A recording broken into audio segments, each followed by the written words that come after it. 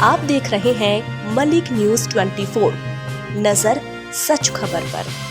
राजधानी भोपाल में सांसद आलोक शर्मा ने मीडिया से बात करते हुए कहा कि भोपाल की ट्रैफिक व्यवस्था किस तरह से दुरुस्त हो, इसको लेकर हर 15 दिन में भोपाल के कलेक्टर, भोपाल के कमिश्नर और सभी ट्रैफिक एसीपी के साथ और अन्य विभाग के अधिकारियों के साथ बैठक होती है।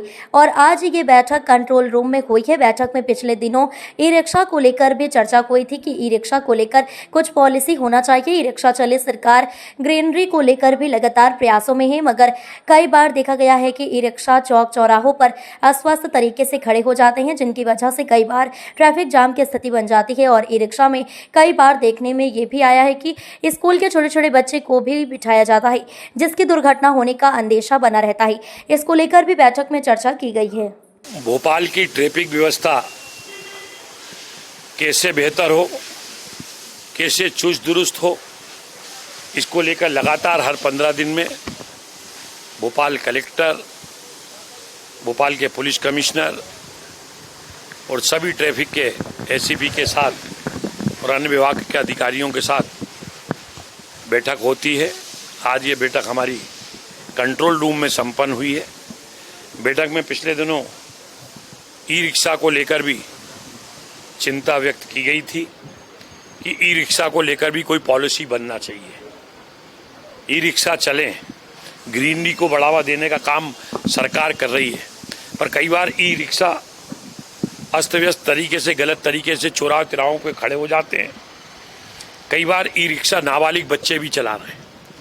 कई बार ई रिक्शे के अंदर जो जानकारी आ रही है उसमें स्कूल के छोटे छोटे बच्चों को भी बिठाया जा रहा है और उससे कहीं ना कहीं शहर भोपाल में कहीं बड़ी घटना दुर्घटना ना हो, इसके लिए सभी अधिकारियों ने चिंता भी व्यक्त की थी और संबंधित अधिकारियों की कलेक्टर भोपाल ने एक टीम बनाई थी और उसके लिए एक पॉलिसी बनाने का कहा था और वो पॉलिसी बनकर तैयार हो गई है और आज शायद उसको अधिकारी लोग जारी भी करेंगे। मुझे लगता है ई रिक्शा बेहतर चले और उसके लिए प्रमुख मार्गों के ऊपर ही चले, क्योंकि कई बार कॉलोनियों से मुख्य सड़क तक का काम अगर ई रिक्शा करेंगे तो मैं समझता हूं कि कॉलोनी में रहने वाले जनता को भी इसका लाभ होगा। और जो लेफ्ट टर्न है उसको लेकर भी चिंता व्यक्त की गई है। लगभग 42 लेफ्ट टर्न चिन्हित किए गए हैं, जिसमें से 18-19 जो लेफ्ट टर्न है वो पीडब्ल्यूडी के हैं। बाकी की कुछ संख्या नगर निगम की आई है, तो नगर निगम के अधिकारियों को और पीडब्ल्यूडी के अधिकारियों को इसका प्राकलन, का एस्टीमेट बनाने के निर्देश दिए हैं। कलेक्टर भोपाल ने बताया है कि लेफ्ट टर्न को ठीक करने के लिए 3 करोड़ रुपए का बजट भी आरक्षित है।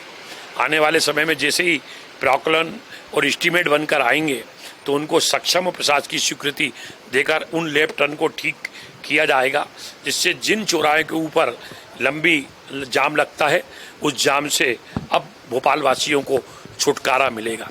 इसी प्रकार से नगर ने भोपाल के जो कलेक्टर साहब के नेतृत्व में एक अतिक्रमण दस्ते का भी गठन किया है, जिसमें भोपाल के एडीएम को इसका प्रभारी इंचार्ज बनाया गया है।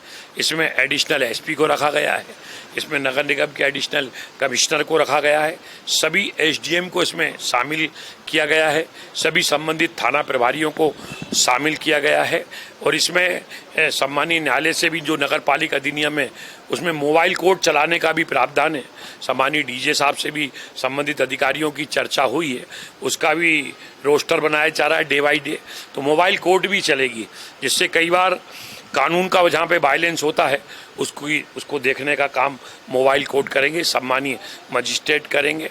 मुझे लगता है कि भोपाल अतिक्रमण से मुक्त होना चाहिए, भोपाल का ट्रैफिक व्यवस्था चुस्त दुरुस्त होना चाहिए। जब मैं भोपाल का महापौर था तो नगर निगम की ओर से भी कई पार्किंग स्थल बनाए गए थे, कई पार्किंग स्थल स्मार्ट सिटी के बजट से बनाए गए थे, परंतु आज जानकारी मिली है कि नगर निगम भोपाल ने बगैर चर्चा किए कई जो स्मार्ट पार्किंग, जैसे एमपी नगर की पार्किंग है, वहाँ पे मासिक पास बना दिए हैं। उस मासिक पास का मैंने विरोध किया है। मासिक पास नहीं बनना चाहिए। स्मार्ट पार्किंग जनता की सुविधा के लिए होती है। जब स्मार्ट पार्किंग को ही आप 1 महीने के किराए पे दे दोगे तो मुझे लगता है कि कहीं ना कहीं पार्किंग का उल्लंघन है। इसके लिए भी यहाँ पे चर्चा हुई है। कलेक्टर भोपाल ने निर्देश दिए हैं, जो मासिक पास बन रहे हैं इसको बनाकर आप गैरेज की शक्ल नहीं दे सकते हैं पार्किंग को। पार्किंग जनता के लिए होना चाहिए। पार्किंग सुबह 8 बजे खुलना चाहिए और रात